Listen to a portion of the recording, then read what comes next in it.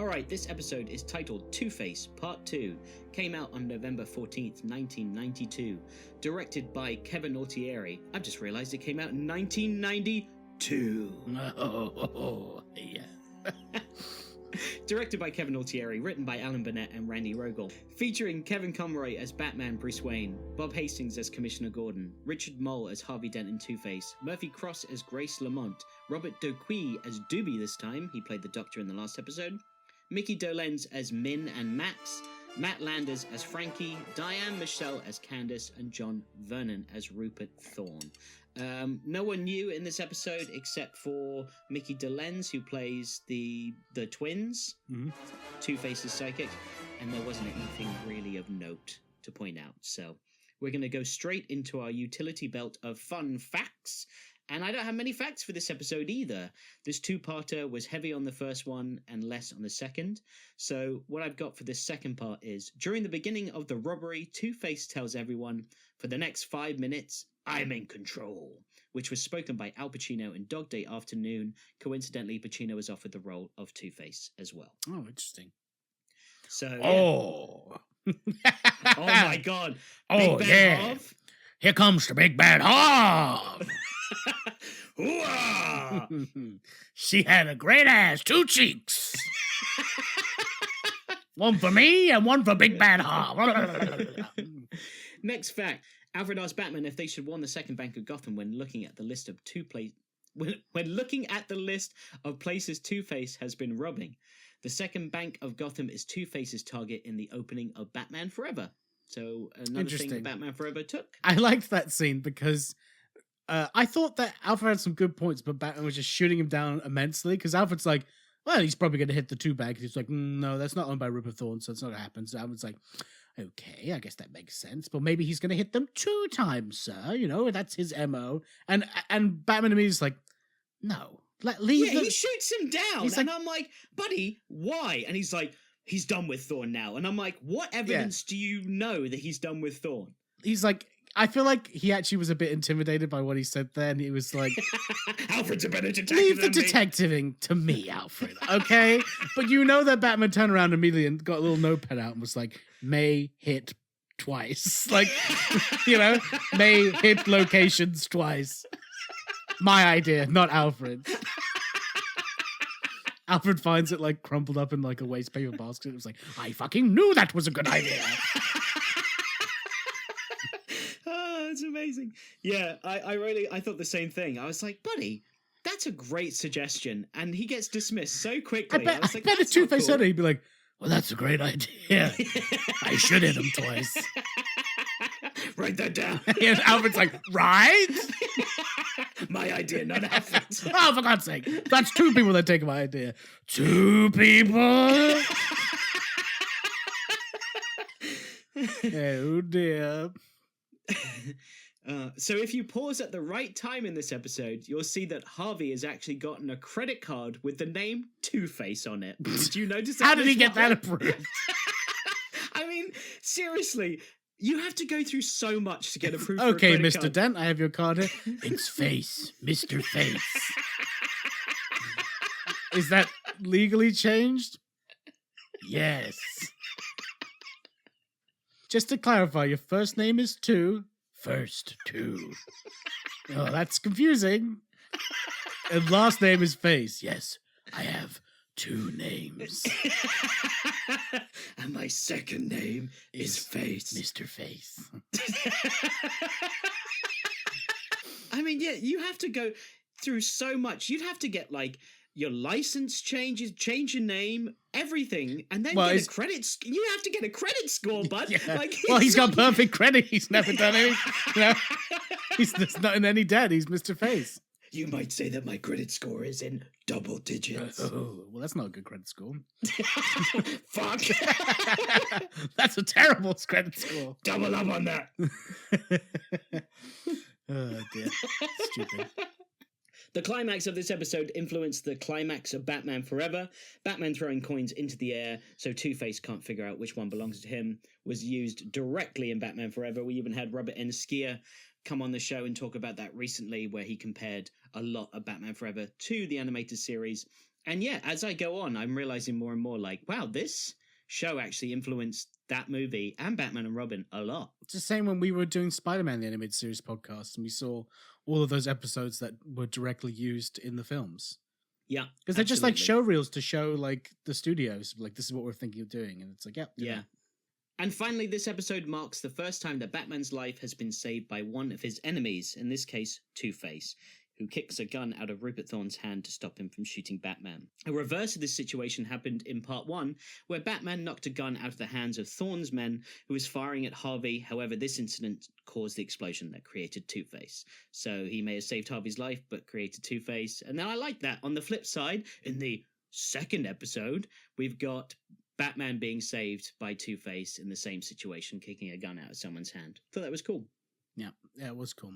How fucked up was that dream sequence, bud? Yeah, so, okay, let's get into this episode. What did you think of this episode? And let's talk about the dream sequence. The dream sequence was messed up because it seems like Bruce carries the weight of Harvey as heavy as the weight of losing his parents, right?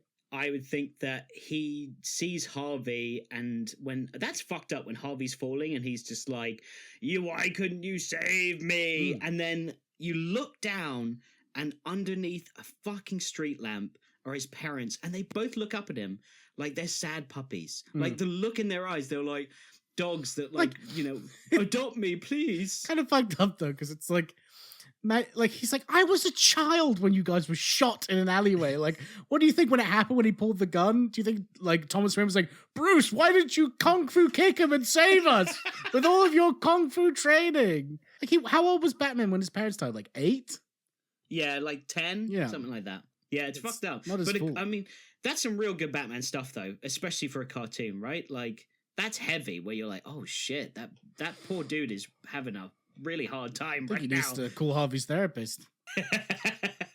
Now I want to speak to Big Bad Bruce. Here I am. It's me. Total opposite of his Batman voice. Big Bad Brucey boy. Okay, bud, so what did you think of this episode as a whole then? What, in comparing it to part 1 as well? I think part 1's a lot better than this part.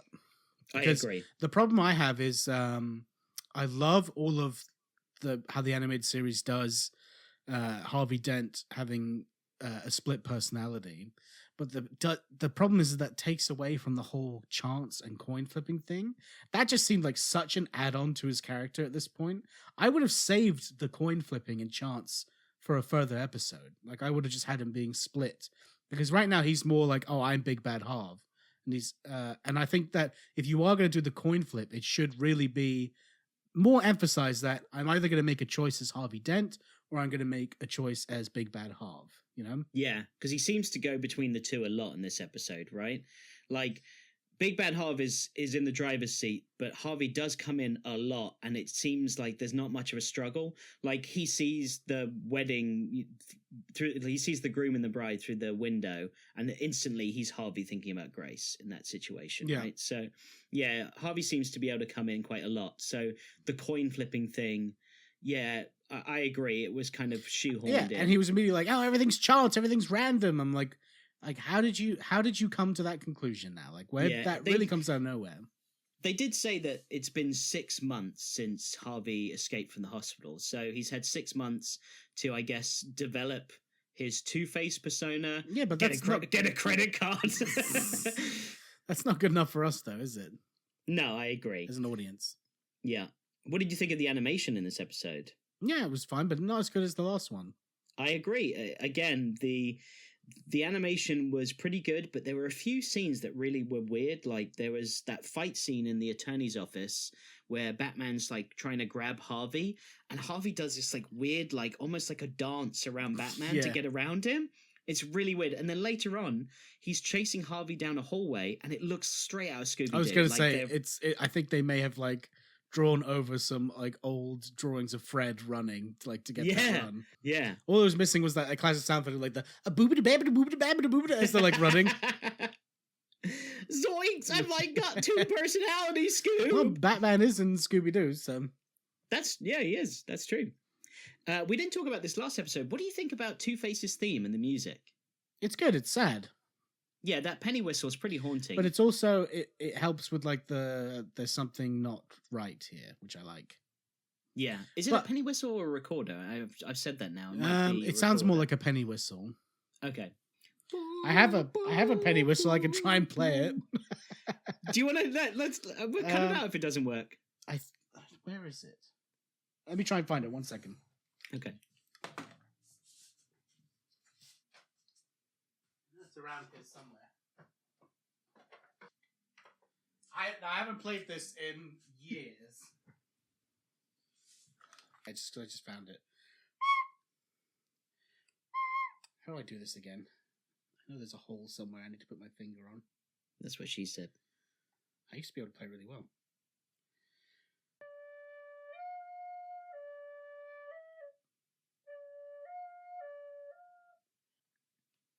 I nearly had it.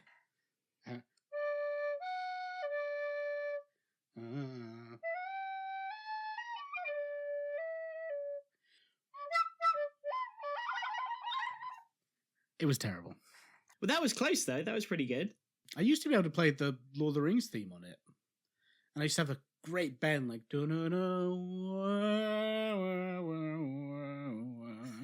oh, I used to love doing that, and I haven't done it in years. Well, maybe we should pick it back up and learn the Two-Face theme for the next episode. Nah, I'm good. So, did you notice that Two-Face's twin goons looked a lot like Ron Howard? Yeah, well, I do now. Right? Like, I was like, that looks like young Ron Howard. And I don't know why he had twins. Like, I get it, it's double. It's double. 2 people. But you would think that one would be like, I don't know, like an attractive twin and the other one the ugly twin. I don't like, you know what I mean? Because it's 2 sides to each coin. I guess so. But I mean, he's like, close enough. Do you guys have good credit? With our combined credit, we do. Oh, combined. So what I love about this episode is the folly of Two-Face's coin, though. Like, that hit such a nostalgia point for me that I've forgotten about.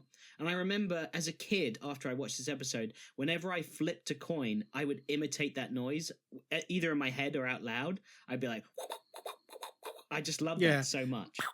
It's the same as like the batarang going off, isn't it? Yes, it is. Yeah, it's just such a specific noise that I love.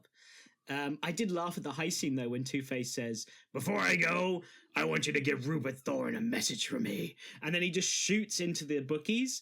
And I just imagine Rupert Thorne asking his men, like, "Who did this and why?" And they're like, "It was Two-Face, boss, and he said to tell you, braka, braka, braka, braka, braka, braka, braka." Baklava, and I'm on a diet. I can't eat that. So after Bruce wakes up from his nightmare, he talks to Harvey out loud, and he's looking at a newspaper clipping with Two-Face on it. But it's the most perfect headshot of Two-Face I've ever seen, and I'm like, how did the newspaper get that? Like, was that when Harvey took his picture when changing his identity? That's why he needed a credit card. He needed to buy headshots. I've got a new license. Yeah. Ooh, this has got my good side. This is, Mr. Face. It says on my license. This is my picture. So there's a cool little Easter egg in this episode when Grace is looking at a picture of Harvey and starts crying, and a teardrop lands on half of Harvey's face in the picture. I thought that was cool.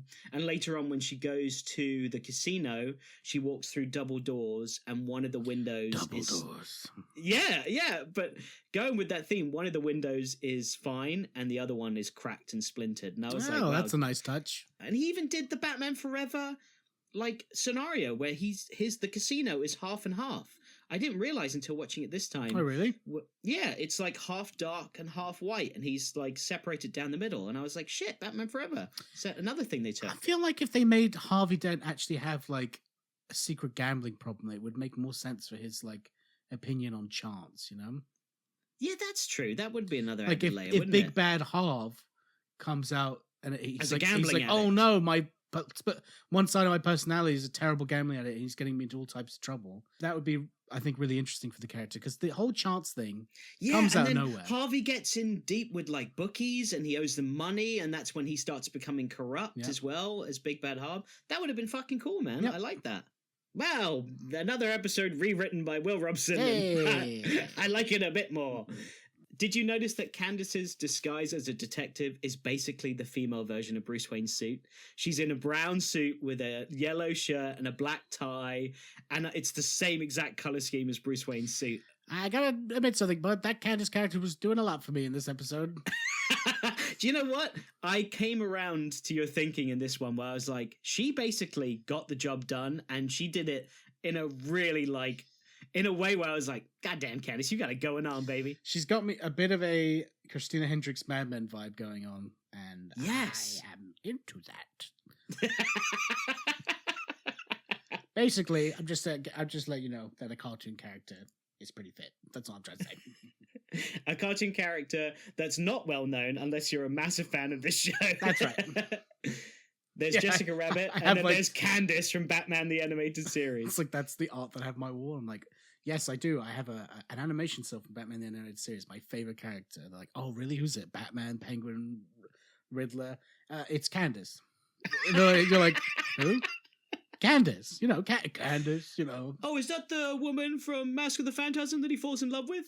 No. Oh, is Candice Catwoman's name?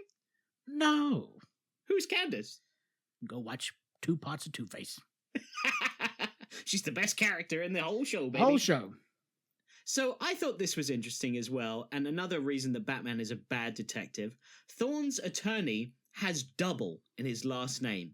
So for Batman to be like, he's done with Thorne, yet the attorney for Thorne has double in his last name. You weren't like, Two-Face, he's rubbing places that have 2 in it. Alfred in the background, ah! He's like, this is something I'm really... In England, we watch a lot of matching word quiz shows. I think this might be a clue, sir. Alfred always beats me in University Challenge, and it really pisses me off. Alfred and Batman sitting down and watching University Challenge. And the question comes up, and Alfred's like, I know it. Would you care to guess, Master Bruce? He's like, no, I'll let you do this one, Alfred. And he really has no fucking idea. And as Alfred starts saying it, where Alfred's like, Brazil, he's like, Brazil. Yeah, Brazil. That's what I was going to say. I'm glad you've been keeping up with it, Alfred. Yeah. So another reason that Batman's a bad detective is Two-Face is hiding out at an abandoned casino called Wild Deuce. Yeah. Buddy, why did it take you that long? This is the classic thing, is he's the world's greatest detective, but all of his villains hide out in the most stereotypical places that you think they'd hide out. It's so easy. And we know Batman knows the full map of Gotham. You could easily just be like, maybe he's in a place called Wild, anything that has to do with 2, just do that. Yeah, he'll be there. Yeah. He'll definitely be there. there. If it's 2 for 1 drinks, happy hour, cocktail, the Two-Face might be there getting wasted, Where is the Joker? The last time I saw him, he was in a place called Laughco. And this time, let me go through my list. Okay, abandoned amusement park. No, he wouldn't be there. No. Okay, Ace Chemicals, where he wouldn't be there. Chuckles clown costumes. No, he would never go there. Imported Italian leather. He's there. Also, there's so many failed businesses in Gotham. How many companies go under that have something parallel with a villain where it just fits perfectly? It's not only does it have to do with my persona, but it's abandoned. Yeah, that's true. So I found it interesting that Two-Face goes the extra mile by getting a half and half suit, but when it comes to a fedora and trench coat, he just sticks with solid grey. I'm like, buddy, if you're going to commit all the way. I spent all my credit card money on this suit. That's why he's robbing places. He's like, I need extra cash for my double addiction. Oh, my interest rates are twofold. So we get the first appearance of the Bat Cycle in this episode. What do you think of the look of the Bat Cycle in this I always show? love it, and I always love Batman's helmet. Always reminds me of Dark Knight Returns. It's good stuff. I like how they go with a sports bike. It's still it's cool. It's really cool how it's slick like the Batmobile and he wouldn't be riding a hog or a chopper, would he? I kind of want to see Batman ride a Harley, though. I was thinking that, he would look dope with that helmet on as well. Yeah, he's got a zigzag. He's driving a Mitsubishi or something like that. Flare on the handlebars. I've seen people ride those bikes. How do you turn when your hands are above you, and your arms must get so tired? And what if you're riding next to someone who does not use armpit stick? They're gonna stink. My brain forgot the word for deodorant, so I went armpit stick. Smell good. Yeah, that's true. That would be annoying, especially if you're Batman and like you've got all of this like cape and everything, and you're just gonna hold your hands up above your head. I nearly knocked over a couple guys on Harley motorcycles when I was first driving up to university to Vermont, and I was driving in this huge Jeep Grand Liberty or Cherokee, I can't remember which one it was, and the car was packed to the nines with all of my stuff, so I couldn't use my rear view mirrors or anything, and I was just on this beautiful country road. I was listening to like Allman Brothers, The Grateful Dead. It was sunny. There was cows. I was having a great time. And great day for a murder. I just went to overpass this car that was going slow in front of me. And as I went to turn, I saw next to me a guy on a Harley, like, oh, because he was doing the same thing. He was overturning. I was like, oh shit. And I turned back and two bikes went past me. I was like, damn, I nearly knocked over 2 guys on motorcycles in my big like Jeep truck. That would have been awful as my first day of university. Like, how's your first day of uni going? Well, I killed 2 men. 2? Oh yeah, back to the story, I guess. The matte artwork of Two-Face reading Thorns, good stuff. Like, his eyes were like, you know that Felix the cat clock when we were kids? That's what his eyes did. They like, just like a clock, they were reading in such a weird synced way, and they were going up and down as well as side to side. You like all the matte stuff in this show, don't you? It's beautiful. It reminds me, I don't know what, it does remind me of something, I just don't know what it is, just a vibe of it. I just love it. Actually, you know what it reminds me of, weirdly? SpongeBob. They do a lot of matte paintings in SpongeBob as well. Oh, okay. Even though this came before SpongeBob. And they did Ren and Stimpy. They did a lot of matte paintings of Ren and Stimpy and stuff like that. I think it's an effective use of bringing weight and gravitas to something. Yeah, I mean, I do like how it's all shadowed and like obviously way more detailed than the normal animation. But yeah, the eyes reading was a bit weird in this, and it held for like 5 seconds. So Batman definitely breaks every bone in one of the twins' hands when he like enters the attorney's office. Did you hear the several breaking noises as he crushed the guy's hand? Yeah, that guy got wrecked. Yeah, and he's fine later on. He's like shooting the gun. I'm like, buddy, your hand is you've been maimed for life. Like, you're never using that hand again. Oh yeah, he's wrecked. But speaking of wrecked, Batman meets his greatest enemy in this episode, which is a fucking janitor's cart.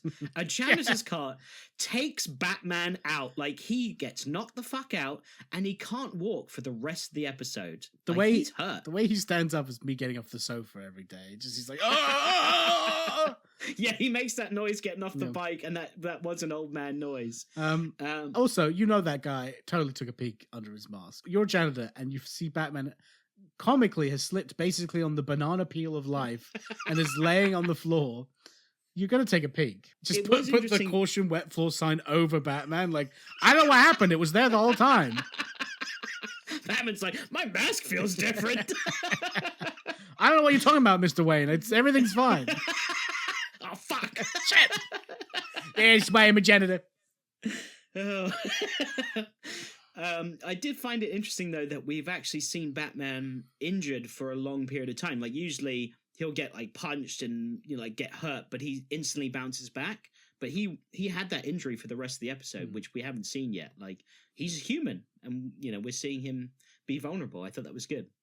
When Two-Face is looking at the bride and groom models in the window, I giggled because I just imagined him thinking about what his wedding day was like, because he obviously was thinking about Grace.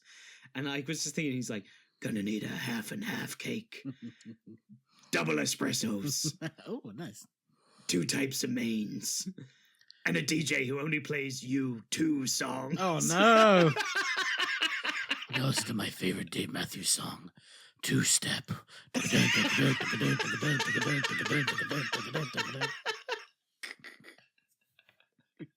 Oh, you got a Dave Matthews shirt on. That's funny. Oh, that's amazing. This one's for you, Gracie. Oh, am I in love? I came to you with love. Grace, show you.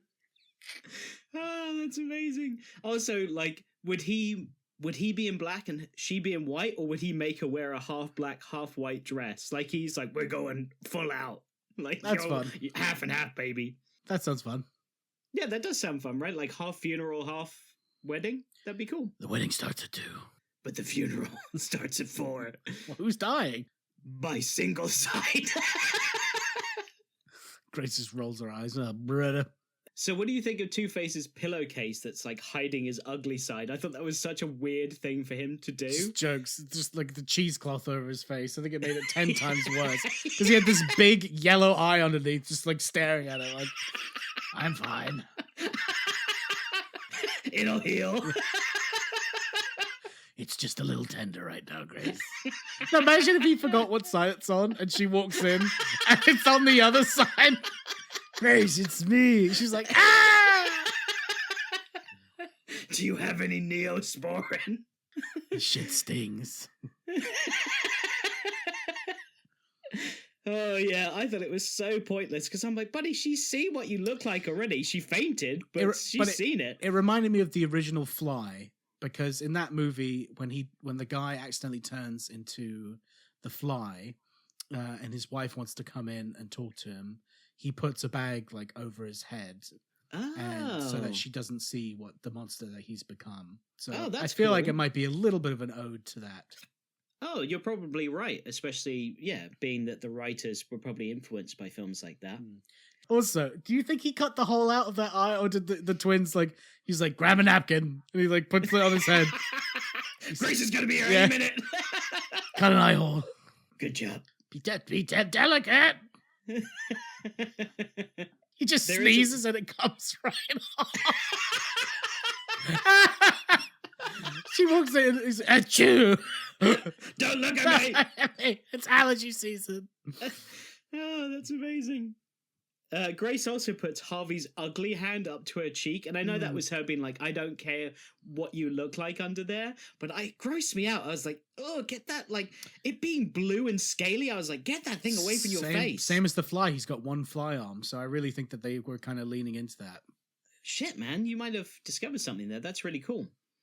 So, how long do you think Rupert Thorne was waiting to say, at last we meet, face to face? Two-Face. Like, do you think for 6 months he's been like, oh, I can't wait to say this to him? That's Mr. Face to you. No, you ruined the joke. Go back, Two-Face. Listen, your name is Two-Face, and we're meeting face to face. You get it? You could have just done it, just face to face. That would have been funnier. But you've got 2 faces, and I've got a 3rd face, you see, so technically it's face to face. He flipped a coin and like, should I shoot this motherfucker right now? Yeah. So at the end, Batman tosses the box of silver dollars at Two-Face, and Batman forevers him. Thorne and his men are taken to jail, along with Grace accompanying Harvey as he's also put in a squad car. Batman flips Harvey's coin into a fountain, and it lands good side up. Another thing Batman Forever took from this show, and Batman walks away, and that is the end of the episode. And I just want to say that we don't talk about the performances of this show a lot, because we have said plenty of times they're just the best, so we don't gush over them loads, because they are always going to be the best of anything Batman out there. But I just wanted to take a second to say that Kevin Conroy and Richard Mole both absolutely smashed these episodes as Batman, Bruce Wayne, and Harvey Dent and Two-Face. And I think that you really feel like the emotions, like especially when Harvey's looking for his coin in a lot of coins and he's like wailing and he's freaking out. I thought Richard Mole like really brought a lot of emotion and gravity to that. So I think it's good stuff, bud. Yeah, I agree. All right, that is the end of this episode. Next episode is titled It's Never Too Late. Do you remember anything about that episode from just hearing that title? Or is that something that you've forgotten about? Is that the Clock King? No, that's a good guess, because time is in it, but it's not the Clock King. No, I don't know. Okay, well, we'll have to wait and find out until next episode review.